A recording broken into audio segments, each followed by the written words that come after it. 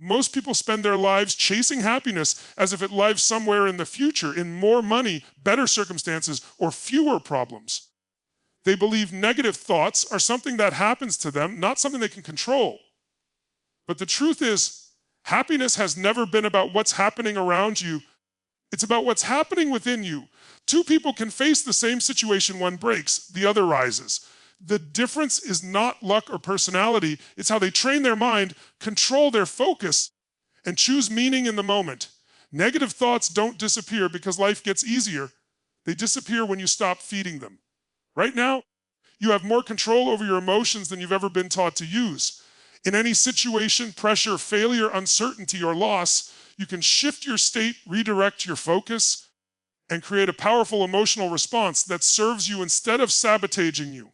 This is not about pretending everything is perfect. It's about mastering your inner world so the outer world no longer controls you. What you're about to hear will show you how happiness becomes a skill you can practice, how negativity loses its power, and how you can feel strong, calm, and focused no matter what life throws at you. This is where emotional freedom begins.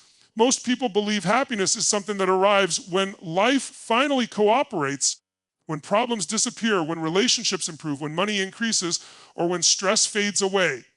That belief is the reason happiness feels temporary. Happiness was never meant to be a reward at the end of struggle. It is a skill you develop in the middle of it. Just like strength or confidence, happiness grows through practice, not circumstances.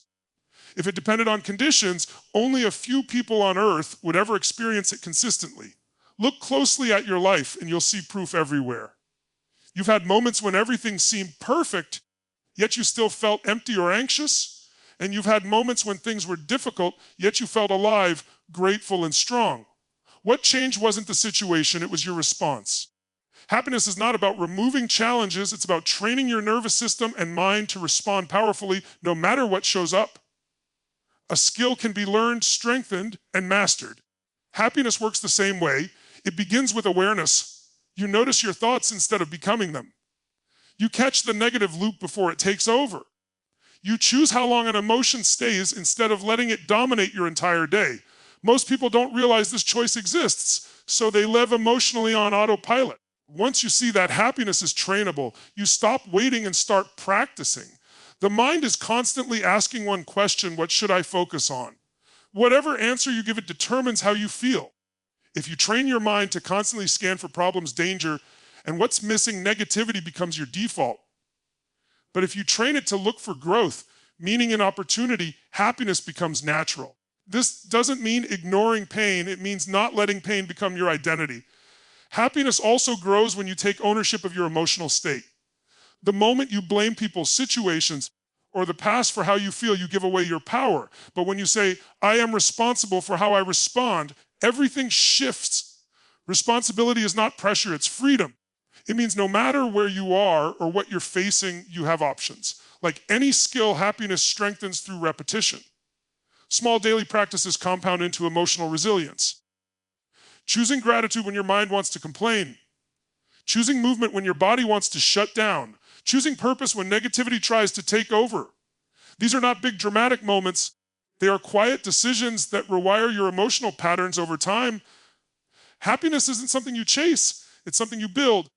And once you stop treating it like a destination and start treating it like a skill, you realize something powerful. No situation has the authority to decide how you feel unless you give it that power. Happiness is often misunderstood as a result, something you earn after everything finally goes right. People tell themselves, I'll be happy when this problem is solved, or once I reach that goal, then I'll feel good. But that mindset places happiness outside your control. It turns happiness into a hostage of circumstances. The truth is, happiness is not a destination you arrive at. It's a skill you practice daily, especially when conditions are imperfect. A skill means it can be trained. It means you can get better at it with repetition, awareness, and intention. Think about any skill you've ever developed. At first, it felt uncomfortable and unnatural. Over time, with practice, it became automatic. Happiness works the same way. At first, choosing a positive emotional response in a difficult situation feels forced, but with repetition, your brain learns a new default. What once felt difficult becomes natural. Your nervous system doesn't automatically seek happiness, it seeks familiarity. If you've trained it to live in stress, worry, or overthinking, those states feel normal, even if they feel painful. That's why some people feel uncomfortable when things are calm or peaceful. Their system hasn't been trained for happiness. But just like stress was learned, happiness can be learned too. Happiness as a skill begins with interrupting emotional reactions. When something goes wrong, most people instantly react without awareness. A thought appears, an emotion follows, and the day is hijacked. Training happiness means creating a pause. In that pause, you choose a response instead of being controlled by habit. That pause is where your power lives. It also means understanding that happiness doesn't mean constant excitement or fake positivity. True happiness is emotional flexibility, the ability to experience emotions without being trapped by them. You can feel sadness without becoming hopeless.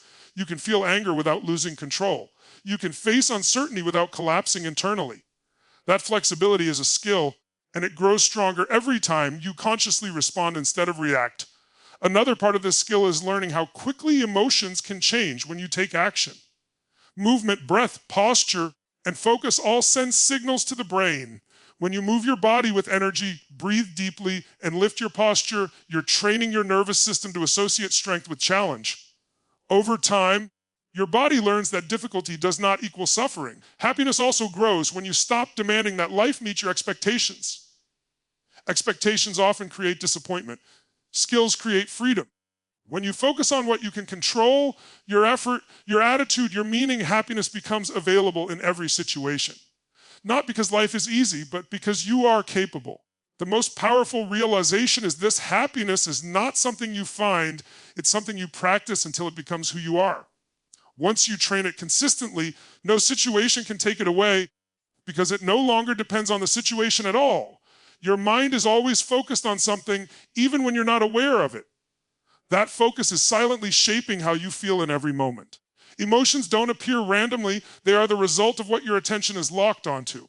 When your focus is dominated by problems, mistakes, fears, or comparisons, negative emotions grow automatically. Not because life is bad, but because your mind has been trained to search for what's wrong. What you focus on consistently becomes your emotional reality. The human brain is designed to magnify whatever it concentrates on. If you focus on danger, stress increases. If you focus on loss, sadness deepens. If you focus on uncertainty, anxiety grows. But the same mechanism works in your favor. When you focus on opportunity, strength, and solutions, your emotional state shifts. The mind doesn't argue with focus, it follows it. That's why two people can live in the same environment and experience completely different emotional lives. Most negative thinking is not caused by the situation itself, but by repetitive focus. A single negative thought is not the problem. The problem is replaying it again and again. Each repetition strengthens the emotional response until it feels uncontrollable. But here's the truth. If you can't stop a thought, you can always replace it by shifting your focus. You don't fight negativity, you starve it of attention. Focus works like a spotlight. Whatever it shines on grows brighter. If your spotlight stays on what you lack, happiness fades. If it shines on what you appreciate, gratitude grows. This doesn't mean denying problems. It means deciding what deserves your emotional energy. Problems need solutions, not obsession. When focus moves from, why is this happening to me, to what can I do now, power returns immediately. One of the fastest ways to change focus is through questions. The questions you ask yourself determine where your mind goes. Ask disempowering questions and your focus sinks. Ask empowering questions and your focus rises. Instead of asking, why am I like this? Ask, what can I learn from this? Instead of, why does this always happen? Ask, how can I use this? Your brain is a search engine. It will find answers to whatever you ask. Focus is also shaped by environment and habits. What you consume mentally becomes your default focus.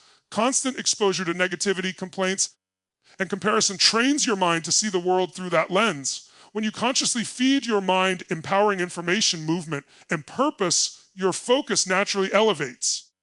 Happiness is not about controlling every thought. It's about directing your attention often enough that negative thoughts lose their dominance. When you master focus, you master your emotional world. You stop being controlled by circumstances and start creating an inner reality that supports you in any situation. Nothing in your life has meaning until you give it one. Events are neutral by nature. It's the story you attach to them that determines how you feel.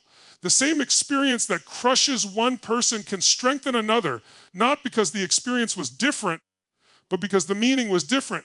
Meaning is the filter through which life passes, and that filter decides whether you feel happy or trapped, powerful or powerless. Most negative emotions are not created by what happened, but by what you tell yourself about what happened. You fail at something and say, "This proves I'm not good enough," and pain takes over. Someone criticizes you and you decide, "I'm not respected," and anger rises. But those meanings are not facts, they are interpretations. And interpretations can be changed instantly. Your brain is constantly trying to make sense of the world. It asks, "What does this mean?" If you don't consciously answer that question, your past conditioning will answer it for you. Old fears, old wounds.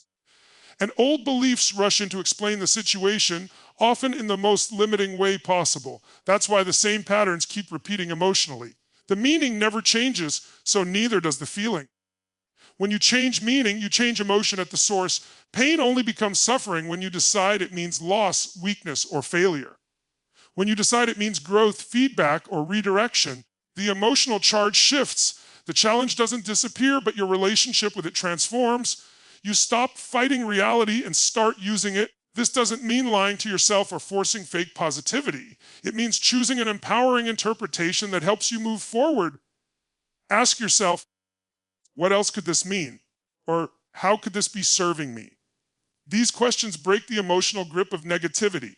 Your mind can't hold on to a limiting meaning when it's searching for a stronger one. Meaning also determines how long emotions last. An event may last minutes, but the meaning you give it can create emotional pain for days, months, or even years. When you relive a painful memory, you're not reliving the event, you're reliving the meaning you assigned to it. Change the meaning and the memory loses its power.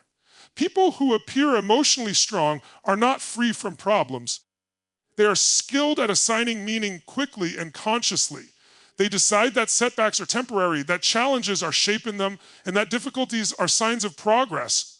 That meaning fuels resilience instead of exhaustion. Happiness becomes available in any situation when you take control of meaning. You stop asking, "Why is this happening to me?" and start asking, "What is this teaching me?" In that shift, negativity loses its authority. You don't need life to be perfect to feel good. You need meaning that empowers you. And once you master that, no situation has the power to steal your happiness again. Your emotions are not fixed, and they are not something you have to wait out. They are responses created by your body and mind in the moment, and because they are created, they can be changed fast.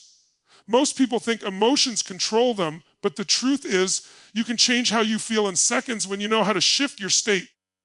A state is the combination of your physiology, your focus, and your inner dialogue. Change any one of these, and your emotional experience changes immediately. Think about the moments when negative thoughts take over.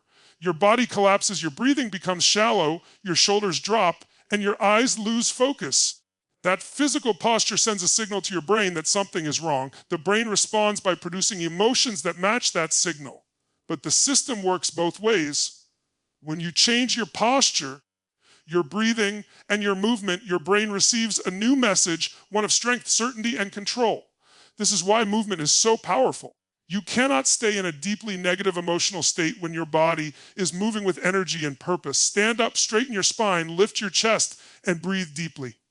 Within moments, your chemistry shifts. Your heart rate changes, oxygen increases, and your nervous system recalibrates. This isn't motivation, it's biology. Breath is another instant lever. Shallow breathing keeps you anxious and tense. Deep, rhythmic breathing signals safety and control. When you slow and deepen your breath, your mind follows. You interrupt the stress response and activate calm and clarity. In intense moments, breath alone can shift your entire emotional state. Focus completes the shift. Whatever you focus on expands emotionally. If you focus on what's wrong, negativity grows. If you focus on what you can control, what you appreciate, or what you're moving toward, your emotional state lifts. You don't have to eliminate negative thoughts. You just need to redirect attention. Attention is energy, and where it goes determines how you feel. The key is repetition. The more often you consciously change your state, the faster your nervous system learns. Over time, what once required effort becomes automatic. Instead of spiraling into negativity, your system responds with resilience. Instead of feeling stuck, you feel capable. Changing your state instantly doesn't mean problems disappear. It means you face them with power instead of panic. When your state is strong, your thinking becomes clear. When your state is weak, even simple tasks feel overwhelming. Master your state, and you master your response to life. Happiness and peace are not the result of perfect circumstances. They are the result of emotional control. When you realize that you can shift how you feel at will through movement, breath, posture, and focus, negativity loses its grip. You stop reacting to life and start leading yourself through it, no matter what situation you're in. Negative thoughts thrive in empty space. When your mind has no clear direction, no deeper reason, and no emotional anchor, negativity fills the gap. That's why people often feel most anxious or unhappy when they are disconnected from purpose. The mind was not designed to sit idle. It was designed to move toward meaning. When you give it something powerful to focus on, mental noise begins to fade naturally. Gratitude is one of the fastest ways to shift your emotional baseline. It forces your mind to look for what is working instead of what is missing. The brain cannot feel appreciation and resentment at the same time. The moment you genuinely acknowledge what you have, your breath, your ability to learn, your chance to grow, negativity loses its dominance. Gratitude doesn't deny challenges, it puts them in perspective. It reminds you that life is happening for you, not just to you. Purpose takes this even deeper. Gratitude stabilizes the present moment, but purpose pulls you forward. When you know why you're here and what you're moving toward, temporary negativity loses its power. Small problems stop feeling like personal attacks and start feeling like part of the journey. Purpose gives pain a direction. Instead of asking, why is this happening? You begin to ask, how does this shape me? Many people try to eliminate negative thoughts directly, but that approach often backfires. The more you fight a thought, the more attention you give it. Gratitude and purpose work differently. They don't fight negativity, they replace it. When your mind is filled with appreciation and intention, there is simply less space for destructive thinking to survive. Purpose also creates emotional discipline. When something matters deeply to you, you don't let every thought control you. You become selective about what you allow into your mental environment. You protect your focus because your future depends on it. This doesn't mean you never feel negative emotions. It means they don't run your life. Gratitude trains your mind to see abundance instead of scarcity. Purpose trains your heart to endure discomfort without losing direction. Together, they create emotional resilience. Even in uncertainty, you feel grounded. Even in pressure, you feel centered. Even in failure, you feel capable of continuing. The most peaceful people are not those with perfect lives, but those with clear purpose and deep appreciation. They don't escape reality. They engage with it from a place of strength. When you practice gratitude daily and reconnect with your purpose regularly, negativity becomes background noise instead of a controlling force. Happiness becomes sustainable when your mind knows what it's grateful for and your heart knows where it's going. In that state, negative thoughts may appear, but they no longer stay. They pass through while you remain steady, focused, and emotionally free in any situation. Happiness is not something life gives you, it's something you generate from within. Negative thoughts will come and go, but they only have power when you let them take control of your focus, your meaning, and your state. The moment you realize that you are not your thoughts, not your emotions, and not your circumstances, everything changes. You become the one choosing how to respond, no matter what situation you're in. You don't need a perfect life to feel peace. You need awareness, direction, and emotional mastery. When you train happiness as a skill, direct your focus intentionally, assign empowering meaning, shift your state on command, and anchor your mind in gratitude and purpose, negativity loses its grip. Life may still challenge you, but it no longer controls you. The power you're looking for isn't outside of you. It's in the decisions you make moment by moment. Decide today that your inner world matters more than external chaos. When you lead yourself from that place, happiness stops being temporary. It becomes who you are in any situation.